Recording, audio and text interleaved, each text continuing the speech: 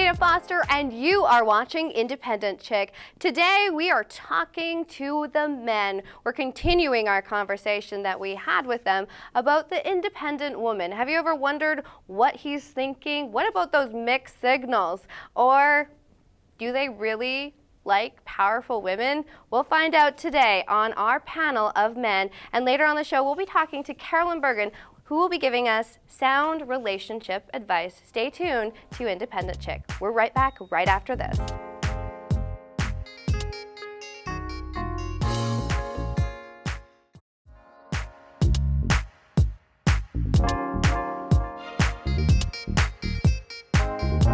Dana Foster, and you are watching Independent Chick. Today we are continuing our conversation with our man panel. Today we have a new guest. We have Troy Westwood. Thank you so much for joining us. And you are the morning host for a TSN 1290. And we also have our other male panelist, Vernis Blair, who is the owner of Higher Level Fitness, personal coach and fitness leader. That's right. And we have Braden Siemens, who is an author. All right, so today we're going to actually pick up the conversation that we had left off at about why do women date jerks from the male perspective. Vernis? Well, I think it's a perception thing. I don't know if a woman gets into it realizing the person is a jerk or they just have jerk tendencies, and then when you get to date them kind of in their circle, you realize they could be a full-time jerk, just not when you're kind of out and they've had a couple drinks, you know? So I think it's like more of a situation where you don't realize how big of a jerk someone is. Because I mean, everyone has a little bit of jerk in them, we all do, but it depends on how big of a jerk you are, full-time, part-time. Do you wonder why girls date jerks? I think it has a lot to do with how the person was raised. A lot of girls were raised in abusive families by their fathers, and so all they know is an abusive relationship. So when a man who wants to take advantage of a woman comes into the picture, that's all they know. I was just talking about this with one of our interns, is how women start to create a pattern of dating dysfunctional men. So when the good guy comes along, that good guy relationship is almost uncomfortable because they're used to the chaos. So it's about creating new paths for women, creating good guys, dating good guys that have good qualities. But talking about the independent woman or the independent chick, what do you find most attractive about independent women? Strength, I think, and confidence for sure. I think from what I understand and talking to some men and women about it, some men are maybe a little bit intimidated by strong, independent, successful women. But I'm not sure why that would happen, why that's so. But to me, it's a wonderful thing, and it's something that should be celebrated. See, I haven't met this man yet who is intimidated by women, but everybody always talks about it. So if I'm dating somebody and it doesn't go well, then my girlfriends are most likely, well, he's just intimidated by your independence. Men talk about this guy who's scared of women that are independent, but where is this guy? I haven't met him yet. Is it just sort of a Band-Aid for women? Well, in some sense, it's like kind of like, you know, like the solution to a problem that, you know, you created, right? So it's easy to blame it on someone else. But then there's also a situation where, you know, I know, you know, certain friends of mine have been in bad relationships and they get in a new relationship and, you know, they're in the same field and the girl's doing really well. And it's not so much intimidation, but it's more like, you know, I got to step my game up because I thought I was doing good when I was the only one doing this, but now that she's doing it, she's doing well, she's kind of challenging me. So some people take it as intimidation, but some people also take it as motivation, as kind of Troy said. Like, you know, it's an endearing personality to have because it kind of draws you to be better yourself if you see someone, you know, carrying a heavy load. You know what I mean? Yeah. Right. Women, if you were in a relationship, and this is for any of you guys, and a woman was more successful than you, meaning she was the breadwinner, she had that high-profile job, and let's say you were either unemployed or not being able to find business, will you still be okay with her being the strong, confident woman when you might be a little bit more in a valley? Yeah, it's definitely humbling for a man. I would say it's humbling for a man to be in that situation.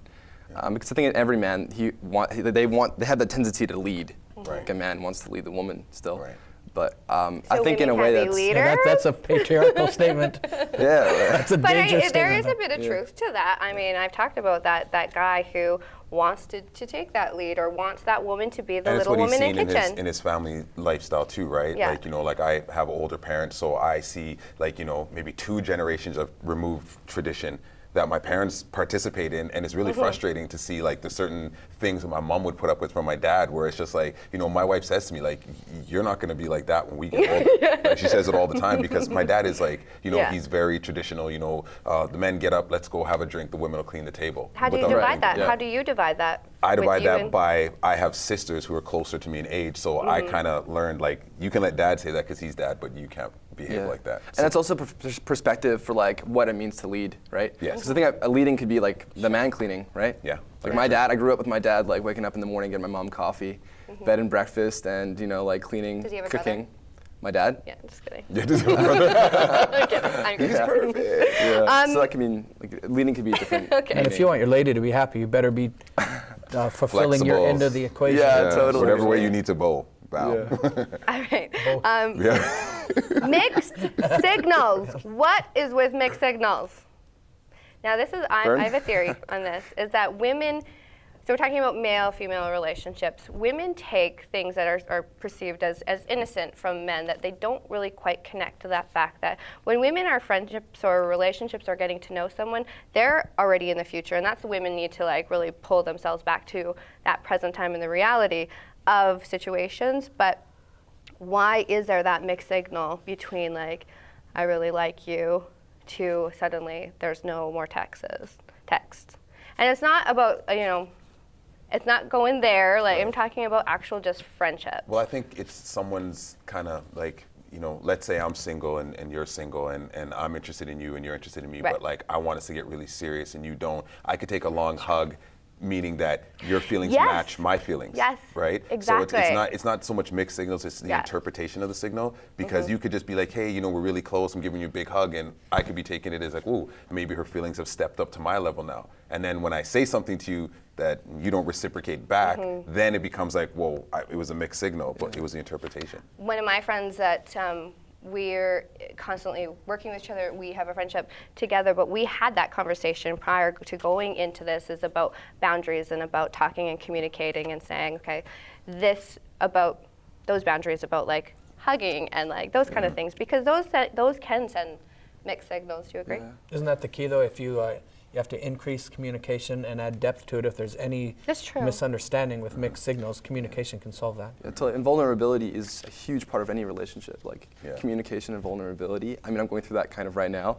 Just like, you have to be so communicative. Like, I think Hollywood kind of puts on this like with The Notebook and all these different movies, like you just go in for the kiss, but like sometimes, that doesn't work, It doesn't work like that, man. You gotta talk about things and like define the relationship, That's Absolutely. pretty healthy, I think. So going back to powerful women, can men handle powerful women in reality? Only if they're equal to their level of power? I would say any man that can't handle that to avoid. If a man is so lacking in confidence, then he's got some things he needs to work on and improve on. I would say that to my sisters. Yeah. And I remember playing college basketball, like, my wife was already established in her career. She was like making great money. I was making no money. So if I wanted to go with my teammates and have some beers, I would have to ask her for money, right? So that didn't make me feel like I was any less or anything like that, because I was still doing my part to build myself as a person to kind of match her later on. So I think it's all a part of like, you understand your process. It's not like, well, I have to go beg my lady for some money, but it's just like, we understand our situations and we've communicated to a deep level, like Troy said. We moved in together knowing that, okay, one person's in school, one person's working, there's gonna be give and take, Does age have to do with the maturity of the guy that you're dating? You'd like to think so. You'd like to think there's wisdom gained as the years go by, but there's not always a direct correlation. Yeah. But you're younger. I think that it doesn't have much to do with it. Age does not have much to do with maturity. I'm sorry. I think I'm pretty mature for my age, but like, you are. And I've seen some like 40-year-old guys who are like in the bar every night, just like getting like wasted. Yeah. It's where your head, like Troy said, it's where your headspace is at, right? Yeah, Age doesn't define doesn't really it. do But much. I'll have to say that most people in your age group aren't the maturity level of you. I've met you a couple times now. I know most people 22, 23. Well, most people 22, 23, their mind isn't where your mind is, right? They're thinking of doing a lot of other things, right? A lot not focused things, right? And you're in a different place. So. I like this guy. Yeah. Plus, I creeped out your Facebook, so I know you. I know you. That's awesome. All right, so age has nothing to do with it. So your daughters, what advice would you give to them about men, dating men? I don't have a daughter yet, so Well, this was obviously, more for we're those talking, guys. I know, obviously. Yeah. If you had a daughter, or when you have daughters, or if you have daughters, what advice do you want to give to them about dating men? Well, I don't know if you can capture that in a couple of short sentences, but just Series of lectures. please be careful, keep your heart safe, and please understand that I'm always here for no matter how the situation you might find yourself in, no matter how strange, bizarre, frightening it might be to you, I'm here for you unconditionally. I will not judge you. Please tell me as much as you can, and I will do everything possible to help you and to guide you on your path. Yeah. Mentally, I couldn't even prepare myself for that. Like, I have nieces who are just starting to get boyfriends, and it's a very scary world. So I will say what Troy said. You just want to protect yeah, them. I'll rewind this show if I ever have a daughter, and I'll sit it down and I'll say verbatim what Troy said, because I think that's the most sensible thing to say. Well, what about your son when dating women? My son, when it comes to dating women, I just think back to how my sisters told me how to treat a woman, so with a lot of respect, right? And you want to respect your date like how you'd want someone to respect your mother. Because when you do it in terms of respect your sister, at those ages I wasn't caring about my sister, but I always cared about my mom. So I always thought in terms of, okay, open the door, those things, be courteous, those type of things, never be disrespectful. That's the things that I would tell my son. And hopefully he would listen and not listen to culture. And I think that's the biggest thing for fathers with sons that's our largest responsibility as fathers, I think, is to instill, it's an absolute understanding of the relationship with any female in your life and to come to a very profound understanding of respect. Yeah. Like Coach V said, people are looking at a lot of male youth within our community and cities and wondering why there's so much respect lacking and that sort of thing. And I think that's a colossal failure on fathers' part, men's part in our community, that they have failed the children in the community to a large degree, and it's up to fathers right now that have young sons. It is us that have to affect them in a real positive way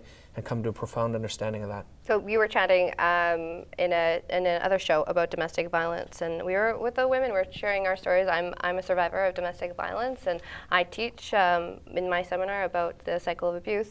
There is a high level of domestic violence here in Manitoba. So there must be a breakdown of communication between men and women somewhere with that boundaries. Absolutely. So, serious conversation, but thank you so much for joining us today. It's so Absolutely. great chatting with you. So hopefully, women at home, you are taking some really great advice to apply to your relationship. We heard it first here from our man panel about independence and women. We are going to be right back after this.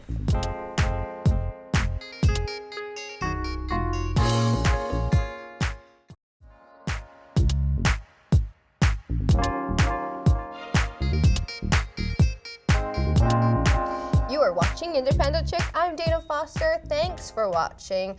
We are once again joined by Carolyn Bergen, and we are talking about, we've been talking about men, and we've been talking about the relationships, and today we're going to be talking about love languages. We hear about love languages and what that is. What is it? What are love languages? Love languages are the language that we receive and give love in. And there are various different kinds of languages. And what's interesting is that, sometimes people really say, I know that when people say loving thoughts towards me and just speak kindly to me, that speaks so much to me. Other people will say, well, it's notes, or it's quality time, or it's little gifts. And our natural inclination is to say, well, I know how I am loved. Let me love somebody else that way, because that's how people feel loved. And it's interesting to recognize and to learn, how do other people feel loved and cared for? What do I need to do to make him feel loved and cared for, which might be different than what I feel? And so it's important to learn a partner's love language and speak to him in that language as well as your own love language, and to sort of communicate and recognize that there's differences in how we experience love and caring and connection. If your love language is completely different from his love language, how do you get into that mind frame of being able to give that to him? Or Well, I think it's really tuning in and recognizing what speaks to the other person, and really sort of noticing when he reacts and when he really appreciates something, and really recognizing that caring for the other person is caring for them in light of who he is, not just in light of who I am, but both, that there's a mutual connection. And so you're really speaking to that other person, to their heart. how do you find out what your love language is, or your partner's love language? I think it's noticing, when do I feel most cared for and most loved? There's also a great online quiz, by the way. If you Google 5 love languages, okay. if you look up that quiz, it's really helpful. You can find out which is your major love language and which are some minor love languages, and really sort of start talking about it and putting it into words with each other as a couple, and really naming it can be really helpful. Sometimes what happens in relationships is that people don't know their own worth within that relationships. What are the dangers of not knowing your worth within your relationship? Well, I think it's important to recognize that anybody who's capable of empathy struggles with that painful experience or feeling that we are flawed and therefore unworthy of love and belonging. That's a definition of shame by Brené Brown. And we all struggle with that feeling. And so often when we're struggling with that feeling of, am I worthy of love and belonging, we try to figure out, what do I have to do so the other person will love me, so that I will feel like I'm belonging. And people start pretending and putting on masks or putting up fronts to protect themselves and to try to make themselves worthy. And that's really just a hustle. It doesn't work very well. And the important thing is to try to remember that we are worthy of love and belonging, and that ideally in a relationship with the guy doesn't give us our feeling of love and belonging to say you are worthy, but the guy reminds us that we are already worthy. And so he helps us to believe in ourselves, but he doesn't give us that feeling of worthiness. He just inspires what's already there. A lot of women, I posted this other day that I feel like some women lose their values and their morals or whatever, their beliefs or the way they are, who they are, what makes them so amazing, the moment that they meet somebody. Suddenly they're this strong, great, let me take on the world person, and then suddenly that woman can, and I mean, I'm guilty of this too. I said no judgments, but it can just easily change from this to this. What is that? Well, women can lose themselves into, what does he need me to be? What kind of woman does he want? And how can I be that so that he will love me more? What's ironic is that often when people are really authentic to themselves, the guy fell in love with you because of your unique sense of humor, because of the way you see the world. And when you are fully you, you're vulnerable enough to express the authentic you. That's extremely attractive to a person, and people forget about that. And people sort of try this pretending and faking and being who they need to be, and then they actually can't feel loved for who they are because they're not being themselves. And that gets to be really hard. Yeah. Wanted to talk a little bit about effective communication within relationships. Again, we talked about how men and women can be very different, which would mean communication may be different. Sure. How do we effectively communicate with our partners? Well, I think it's important to recognize that everybody has difficulty communicating with everybody because everybody's different, right? And that's not right or wrong, that's just fact. And so I think it's important to recognize that communication, there's going to be hassles, there's going to be times of miscommunication. That doesn't mean it's a bad relationship, it means it's a human relationship. And so when you're working at communicating, I think it's really helpful to know that it's okay to circle back and to say, how can we fix this? What did you mean? My feelings were kind of hurt when you said that, but what did you mean by that? Can we go back and explore that? And to sort of clear the air and get back to a connection again. And that actually isn't, not only is that not harmful for a relationship, it actually makes the relationship stronger. When there's ruptures in the relationship and you work and you find successful ways of repairing the relationship grows and is strengthened by that. And so it's really important to just keep at communicating, and when there's problems, work at fixing them. No big deal. I don't know how to say this lightly, Okay. but I feel Yes. that women are stronger communicators. They've done studies where young girls are put in together and they're communicating, they're playing house, whereas men or guys are making sound effects when they're younger. And I find that sometimes it's hard to communicate because you want to talk and you want to analyze and discuss, and whereas men are like, okay, what's the point? Let's tackle it, and it's like point form notes. Are men and women very different communicators? I think overall there's some, what you're saying, there's some validity to that. And part of that is because men and women are raised very differently as children. Women are raised to cuddle dolls and to speak to them and to rock them and to be friends. boys are often raised of don't cry, suck it up, be a man, work really hard, and to not sort of explore and to have those conversations. And so I think often it's more natural for a woman to have those conversations.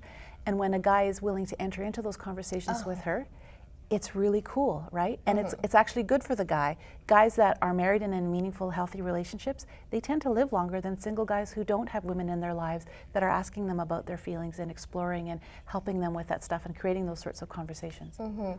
Tips that you would want to give a couple right now about effective communication if they're going through some sort of communication difficulty? What would you say? I would say focus first on the connection and then the communication. Remember that the two of you care about each other and that when something happens, there was a more important reason to do it that way than to not do it that way. But often the person isn't setting out to be deliberately mean.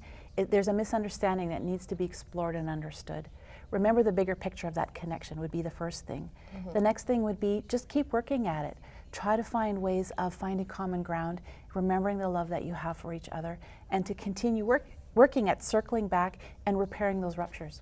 All right. Well, it's been great speaking with you. That is it for this episode of Independent Chick. Thank you so much for joining. I love when you come in here. It's so great. Great to be here. Thanks. Okay. Thank you so much for watching Independent Chick.